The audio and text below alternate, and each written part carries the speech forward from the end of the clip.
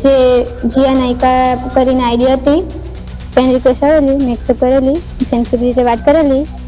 અમારો એક વર્ષ જેવું હતી ફ્રેન્ડશીપ. પછી મેં દિવાળી થઈને પછી મેં એની માસીને ઘરે લઈ ગયેલો છોકરો.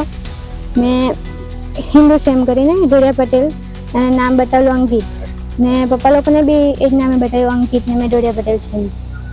નીકળે મમ્મીરન છે છોકરો. એની ઘરે મને લઈ ગયેલા ને પછી ખબર પડી કે મુસલમાન છે.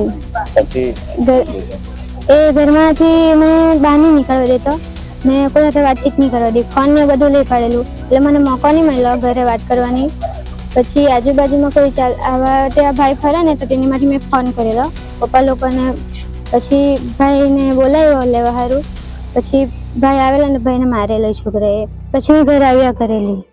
મેં 2 વાગ્યાના આવેલા છે પોલીસ સ્ટેશનમાં, અમને કોઈ હજુ જવાબ જ નથી મળ્યો. मैं सरकार ने प्रशासन ने कहवा मांगू कि જ્યારે અહીંયાના ગૃહમંત્રી ગુજરાતના લવ જિહાદ માટે જે કાયદો બનાવે એનું જો કડકથી પાલન થતું હોત ને તો આજે આ ઘટના નહીં બનતી. બીજું કે સવારના 2 વાગ્યાથી અમે અહીં આવેલા પોલીસ પ્રશાસન પર અરજી માટે, ફરિયાદ માટે, કે અરજી તો 2 મહિના એક મહિના પહેલાં અરજી લખાયેલી, અરજીનું કોઈ અમને એનું કોઈ પરિણામ મળ્યું નહીં. તો આજે અમે સરકાર પોલીસ તંત્રને એમ કીધું કે એના વિરુદ્ધ ફરિયાદ કરો, કડકને કડક કાર્યવાહી કરો કે એ વિધર્મી ડ્રગ્સનો ધંધો કરે, દારૂની હેરાફેરી કરે અને ઉપરાંત 2 દીકરીઓને બી ફસાવેલી, પ્રેગ્નેન્ટ કરી ને એના હાથે બી એને ગલત કર્યું. તો અમારું સરકારને બી અને પ્રશાસનને નિવેદન છે કે એવા વિધર્મીઓ પર કડક ને કડક કાર્યવાહી કરે કે બીજી વાર એવા કોઈ ઉભા ન થાય. અમારી તમામ માહિતીથી અપડેટ રહેવા માટે જોડાયેલા રહો S9 ન્યૂઝ સાથે.